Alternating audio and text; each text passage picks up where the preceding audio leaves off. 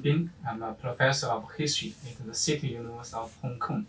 I specialize in Chinese and Asian history, particularly with a global perspective. I am extremely honored being awarded the Asian Book Awards, Best Asian Books of the Year 2023.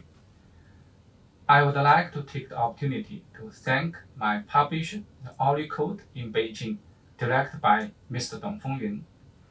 My deepest thanks also goes to the Korea Publishers Society and its award committee for their appreciation and recognition.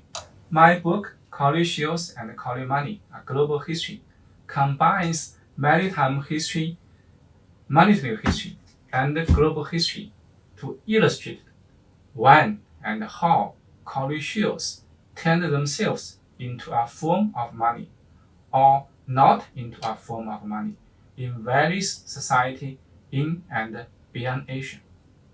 Cowrie shells and cowrie money essentially symbolize the Asian tradition before European colonization and the drastic changes brought about to Asia by European colonization.